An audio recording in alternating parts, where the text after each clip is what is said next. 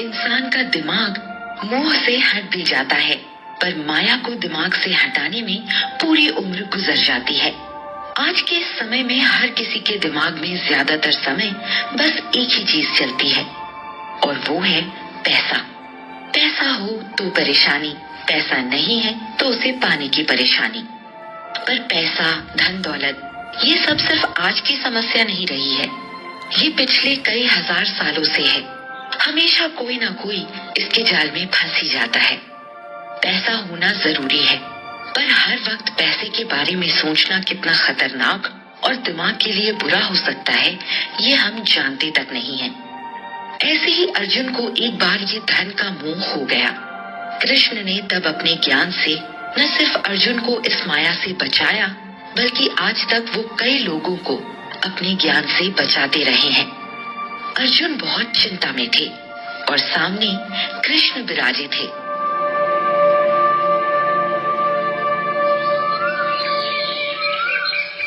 तुम्हारी शक्ल देखकर मालूम होता है कि तुम काफी चिंता में डूबे हो। क्या बात है? मैं वाकई बहुत चिंता में हूँ। मैं एक राज परिवार से संबंध रखता हूँ और रिश्ते नातों से लेकर अपनी कमाई हुई संपत्ति तक को भी मुझे संजोना सिखाया गया है। लेकिन अब ये सब कुछ करते हुए मैं जरा भी खुश नहीं हूँ। मेरे पास पैसा है, संपत्ति है और हर वो चीज है जो इंसान को खुशी देती है, पर मुझे खुशी क्यों नहीं है? मेरे अंदर ये सब होकर भी और पाने की इच्छा और इसे खोने का डर हर समय सताता रहता है। मैं क्या करूं? कृष्णा अर्जुन की बातों को मुस्कान के साथ सुन रहे थे। उनके पास इस तरह के सवालों के कई तरह के उत्तर मौजूद थे। देखो, इस जीवन में धन, संपत्ति बहुत जरूरी है। तुम्हें कोई नहीं कह रहा है कि तुम अपनी धन संपत्ति को त्याग कर दो।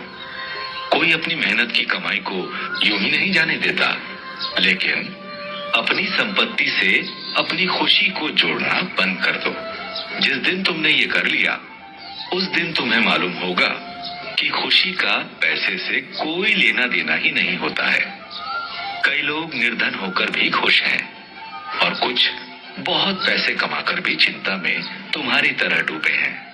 तुम पैसे कमाने की ओर ध्यान लगा सकते हो, पर उसके बढ़ने या घटने से अच्छा या बुरा महसूस करना अच्छी आदत नहीं होगी।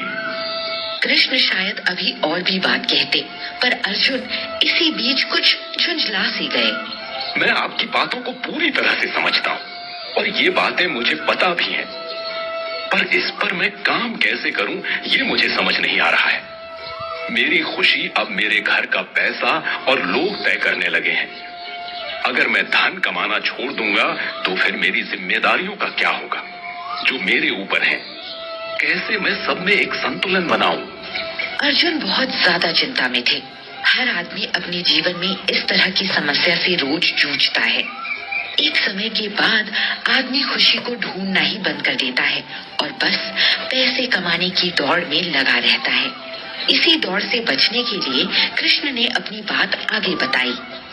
संतुलन बनाने का मतलब ये नहीं कि तुम अपनी जिम्मेदारियों से मुंह मोड़ लो या फिर पैसे ही ना कमाओ या फिर लोगों और चीजों से अलगाव पैदा कर लो। संतुलन का मतलब है कि अपने कर्मों से अपनी खुशी को नापो, न कि उसके फल से। अगर हर बार तुम फल पाने की इच्छा से कर्म करोगे और तुम्हें मन के हिसाब से वो नहीं मिलेगा तो तुम दुखी ही होंगे। इसलिए अपना काम करो और खुश रहो। पैसे कमाओ और उसके आने और जाने से अपने मन को दुखी मत करो। अपने मन को अपने वश में रखो। अर्जुन कृष्ण की बातों को सुनकर उन्हें समझने की कोशिश में थे। उन्हें मानो कुछ तो समझ आ गया था, पर ऐसा बहुत कुछ था जो अभी भी उन्हें समझ नहीं आया था। अर्जुन ने कृष्ण की ओर देखा और कृष्ण मानो उनके सवाल को समझ गए। अर्जुन ने फिर भी अपनी बात कह ही दी। वासुदेव, मैं आपकी बातों को काफी हद तक समझ गया हूँ, पर अपने मन को मैं कैसे वश में कर सकता हूँ? और पैसा कमाता हुआ या फिर चीजों को खोते हुए भी मैं खुद को संतुलन में कैसे रख सकता हूँ? क्या उसका कोई रास्ता है? दुनियादारी से अगर मैं अलग हो जाऊं तो कैसे खुद को अच्छा और खुश रख सकता हूँ? अर्जुन का सवाल जायज था। आखिर अगर आदमी पैसे का मोह खत्म कर देगा और हर चीज से उसका मन उत्साहित नहीं होगा, तो फिर तो आदमी रह ही नहीं जाएगा। उसका मोह ही तो उसे इंसान बनाता है। कृष्ण के पास इसका एक सुंदर जवाब था। मैं जानता हूँ कि मनुष्य अपनी भावनाओं से ही मनुष्य कहलाता है, पर अगर उसका मन उसके वश में नहीं है तो वो अपने ही मन का गुलाम बनकर रह जाता है।